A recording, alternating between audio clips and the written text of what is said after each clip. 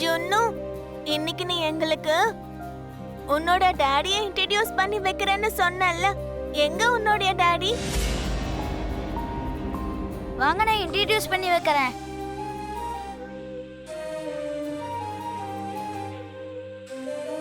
ஜுன்னு இப்போ ஆரம்பிச்சிட்டான். இந்த ஃபங்க்ஷன்ல உன் மானத்தை வாங்குவான் பாரு. அப்பா, உங்களை மீட் பண்றதுக்கு என்னுடைய ஃப்ரெண்ட்ஸ் வந்திருக்காங்க. இவரு தான் என்னுடைய அப்பா மித்ரானந்தன். இவரு லக்கியோட அப்பா தானே? எங்க அப்பா தான் ஜுன்னுவோடைய அப்பா.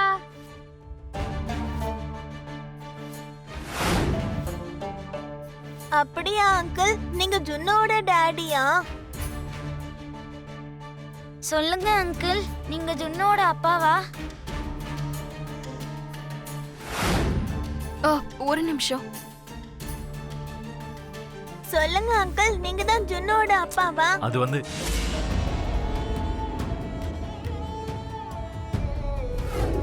நான் தான் சொன்னேன்ல, இவரு தான் என்னுடைய அப்பான்னு. சௌரியா, இப்பவாவது நம்புறியா? பிரணவ், எனக்கு அப்பா இருக்காருன்னு இப்போ ஒத்துக்கிறியா? அங்கிள், உங்களுக்காக ஜுன்னு ரொம்ப நாளா வெயிட் பண்ணிட்டு இருந்தான். எப்பவும் உங்களை பத்தி தான் பேசிக்கிட்டே இருப்பான்.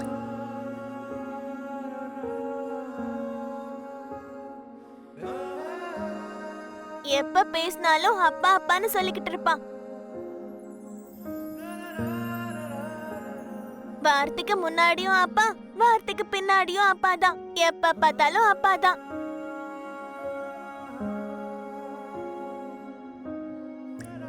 உங்களை நிஜமாவே ஜுன்னுக்கு ரொம்ப பிடிக்கும் அங்கிள். நீங்க தான் ஜுன்னுக்கு ஹீரோ.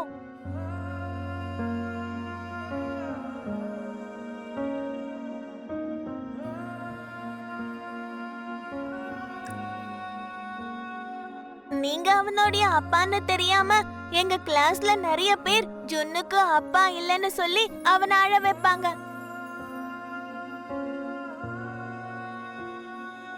ஆனா ஜுன்னு ரொம்ப கஷ்டப்பட்டான். நீங்க ப்ரோக்ரஸ் கார்டுல சைன் போட்ட அன்னைக்கு ஜுன்னு ஸ்கூல்ல பெரிய செலிப்ரேஷனே பண்ணிட்டான். எல்லாருக்கும் சாக்லேட் வாங்கிட்டு வந்து கொடுத்தான். இப்படி பசங்களை நடுவுல வச்சுட்டு கேம் ஆடாத லக்ஷ்மி. ஃபங்க்ஷனை ஃபங்க்ஷன் மாதிரி இருக்க விடு. எனக்கு மட்டும் கோவம் வந்துச்சுன்னா நான் என்ன செய்வேன்னு எனக்கே தெரியாது.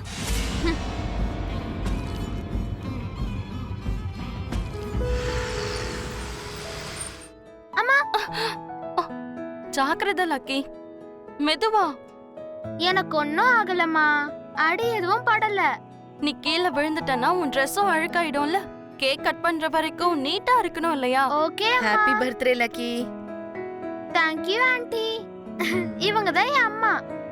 இதெல்லாம் நீ எனக்கு சொல்லணுமா லக்கி? நீ பாக்குறதுக்கு உன் அம்மா மாதிரி தானே இருக்க.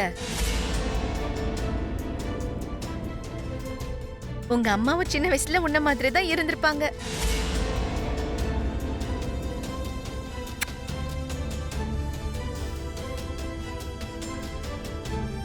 அப்படியாம்மா? நான் உங்களை மாதிரியா இருக்கேன்? என்னோட உண்மையான அம்மா நீங்க தானா? நீங்க சின்ன வயசுல என்ன மாதிரி தான் இருந்தீங்களா? லக்கியும் ஜுன்னுவும் ஒரே நாள் பிறந்தாங்களா? ஒரே இடத்துலயும் கூட. நானும் இந்த மாதிரி மழை பெய்யும் போது தான் பிறந்தேன். அப்பா சொன்னாரு.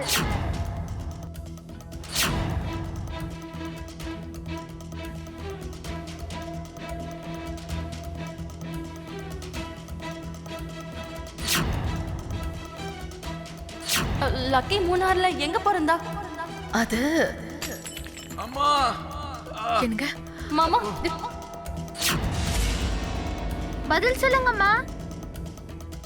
நீ போய் விளையாடு லக்கி. நான் போய் பாட்டியை பார்த்துட்டு வந்துடுறேன். இந்த மனிஷா எங்க போயிட்டா? சித்தப்பா, என்ன சித்தப்பா இவ்வளவு லேட்டு? உங்களுக்காக நான் எவ்வளவு நேரம் வெயிட் பண்றேன் தெரியுமா? சாரி ஜுன்னு, போன்ல சொன்னேன் இல்லையா? ஆமா, ஆக்சிடென்ட் ஆன அங்கிளுக்கு எப்படி இருக்கு சித்தப்பா?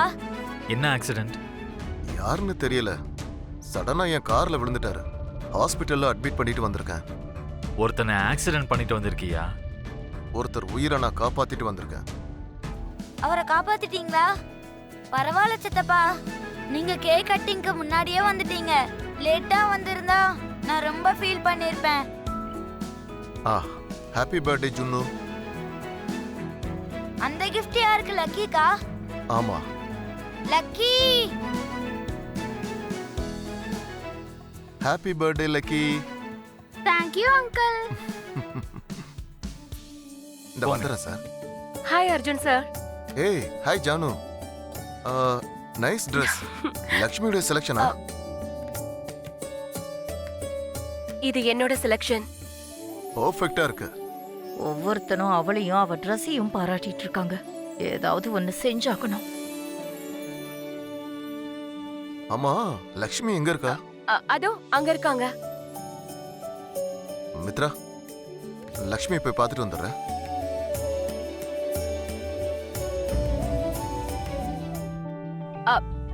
ஜுன்னு, லக்கி, 2 பேரும் விளையாடிட்டு இருங்க. கேக் கட்டிங்க்கு இன்னும் டைம் இருக்கு.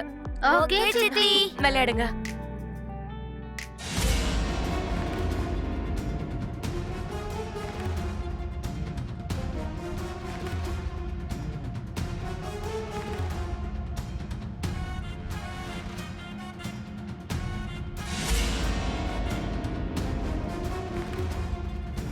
என்ன இவங்க இங்க மீட்டிங் போட்டிருக்காங்க?